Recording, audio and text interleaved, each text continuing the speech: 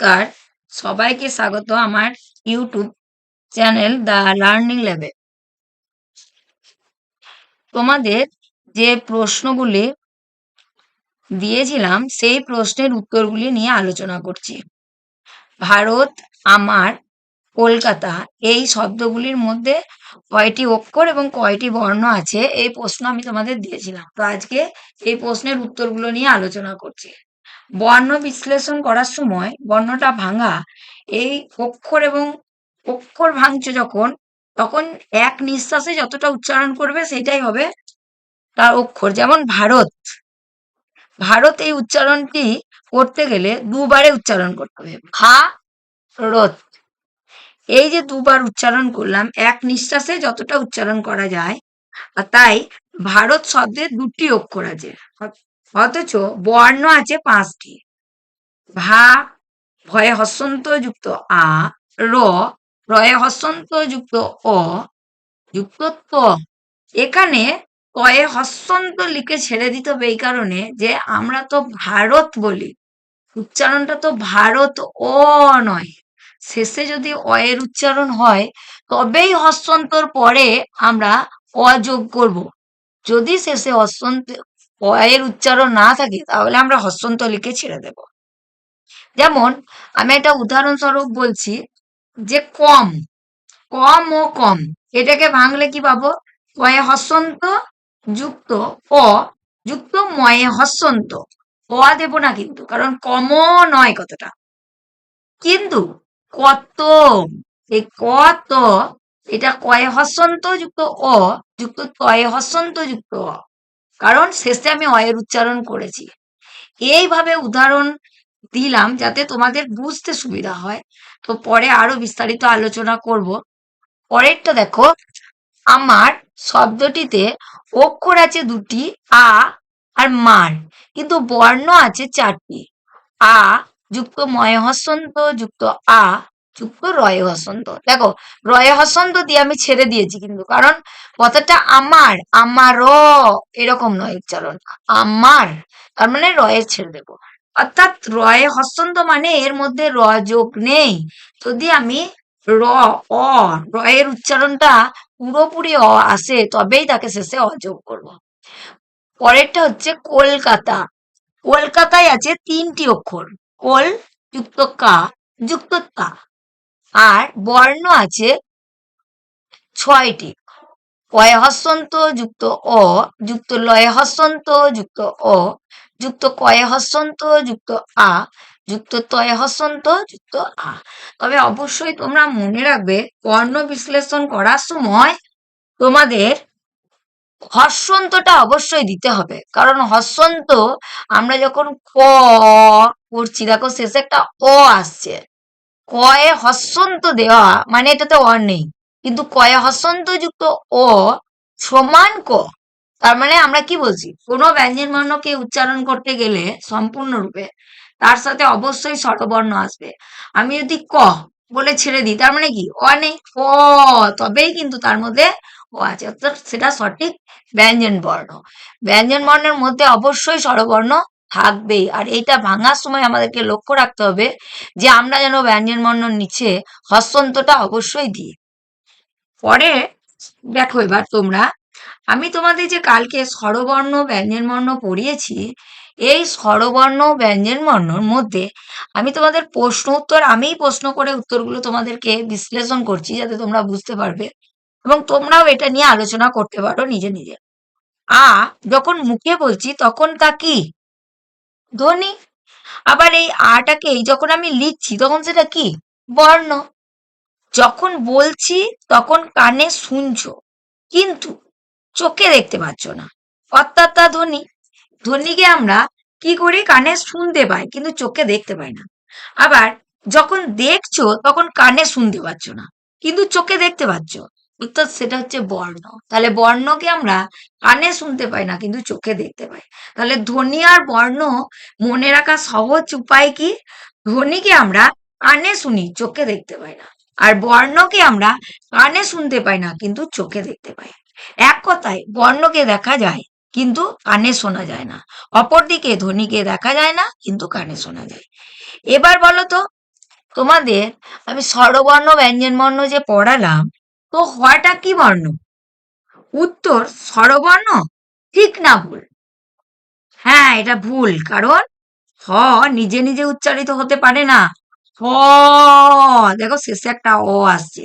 যে বর্ণ নিজে নিজে উচ্চারিত হতে পারে না, অন্য বর্ণের সাহায্য নেয়, সেই বর্ণকেই ব্যঞ্জন বর্ণ বলে।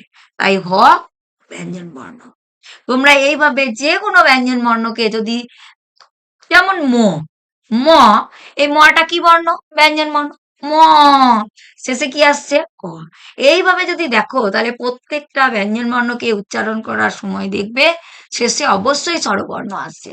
সুতরাং কোনো ব্যঞ্জন বর্ণ নিজে নিজে উচ্চারিত হতে পারে না, প্রত্যেকটা ব্যঞ্জন বর্ণ স্বরবর্ণের সাহায্য নিয়েই উচ্চারিত হয়।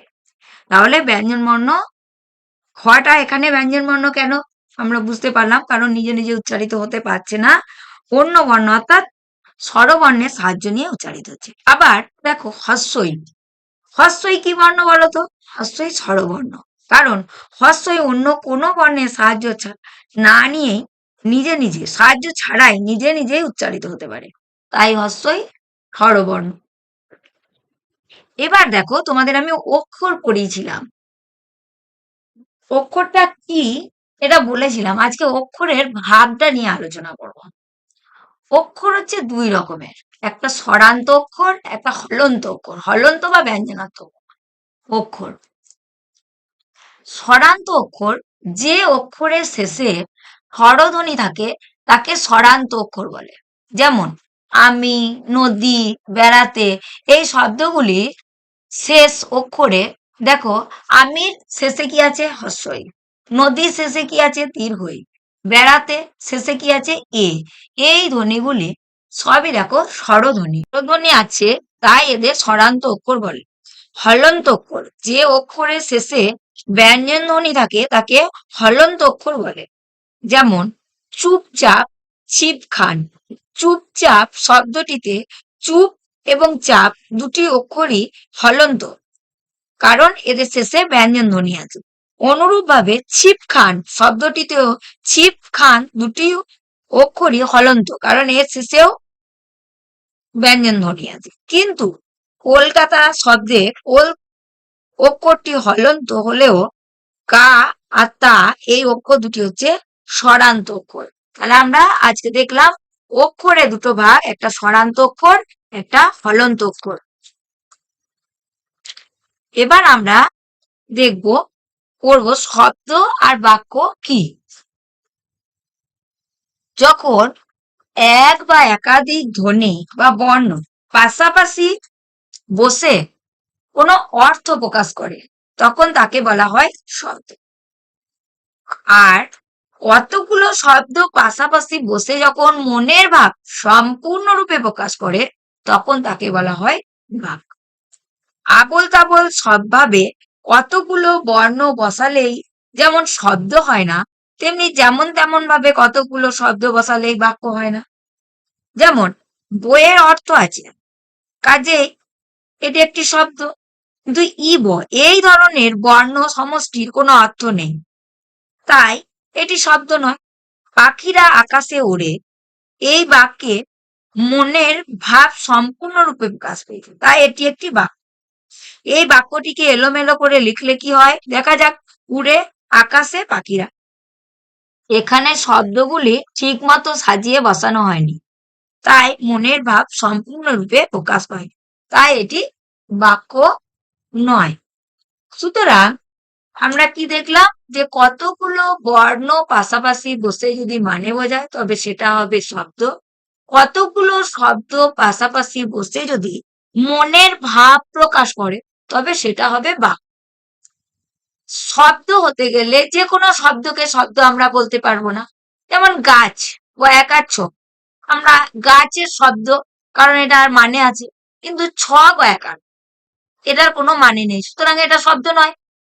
আবার কি, আমি ভাত খাই, এটা একটা বাক্য। খাই আমি ভাত, এটা কিন্তু ঠিকঠাক সাজানো হয়নি, মনের ভাব ঠিকঠাক রূপে প্রকাশ পাচ্ছে না, তাই এটা বাক্য নয়। বা ধরো আমি কোন একটা বাক্য বলছি, পাখি আকাশে নিয়ে ছেড়ে দিলাম। তারপরে কি আমার বাক্যটা সম্পূর্ণ হলো কি? হলো না। পাখি আকাশে ওড়ে বা উড়ছে, এটা বললাম, তখন বাক্যটা সম্পূর্ণ। সুতরাং যে কোনো বর্ণকে পাশাপাশি বসিয়ে দিলেই যেমন শব্দ হবে না, সেরকম যে কোনো শব্দকে পাশাপাশি বসিয়ে দিলেই বাক্য হবে না। অবশ্যই মনে রাখতে হবে যে শব্দ হতে গেলে অবশ্যই মানে বোঝাতে হবে, আর বাক্য হতে গেলে অবশ্যই মনের ভাব সম্পূর্ণরূপে প্রকাশ পেতে হবে।